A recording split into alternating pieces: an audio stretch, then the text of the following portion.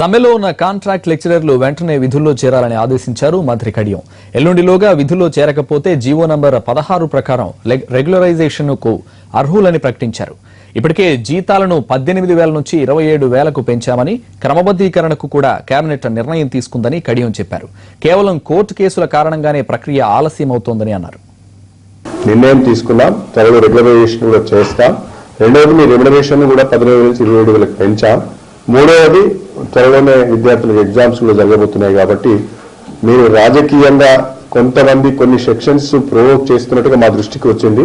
Provoke చేసే పార్టీలు కూడా నాకు తెలుసు. కాబట్టి ఇట్లా కనుక చేస్తే మరి మీరు విద్యార్థుల యొక్క భవిష్యత్తును దృష్టిలో పెట్టుకోకుండా, మీ సర్వీసెస్ రెగ్యులరైజ్ చేస్తున్న ప్రభుత్వం యొక్క విజ్ఞప్తులను దృష్టిలో పెట్టుకోకుండా మీరు తొందరపడినట్లయితే అవసరమైతే చర్యలు కూడా తీసుకోవాల్సి వస్తుంది. యూఆర్ ఓన్లీ కాంట్రాక్ట్ లెక్చరర్స్, మర్చిపోతారు. ఎవరితో పిలిచి మాట్లాడేది లేదు, అది ఒక సెక్షన్ మాత్రం చేస్తున్నారు. నేను అప్పీల్